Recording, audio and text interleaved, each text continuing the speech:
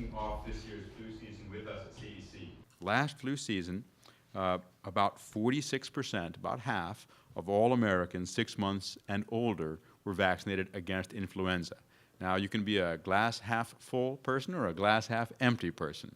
I would like, in this case, to say it's really unfortunate that the half of Americans are not getting the protection from flu that they could get, because the result of that is a lot of days missed from work and school, a lot of suffering, a lot of hospitalizations, and a number of deaths that could have been avoided.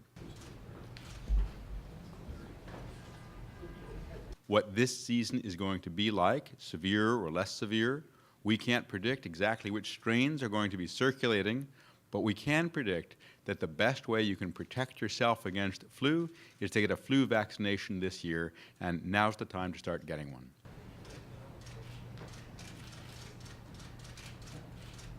Last year, we also saw more than 100 documented deaths in children from influenza, and that's a terrible tragedy.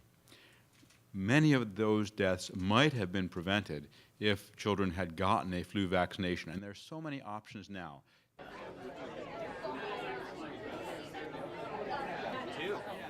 I'm an overachiever.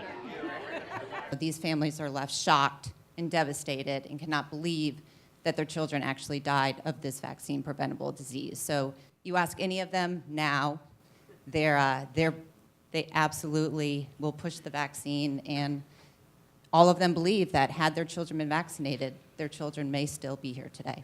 Not a year that goes by when a child dies. There's nothing trivial about flu, and so I think what I'm going to sort of end by challenging Doctors Frieden and Schaffner to come up with a new name. I think we need a new name for influenza virus. I mean, over the past week, I have been asked 1,000 questions by reporters on enterovirus D68 and Ebola, which combined have caused about 0 deaths in the United States, and yet flu causes thousands of deaths. But I think we need to sort of maybe give it a Greek letter designation and an interesting city name, I think preferably from an exotic city. But I think that's the biggest problem with flu.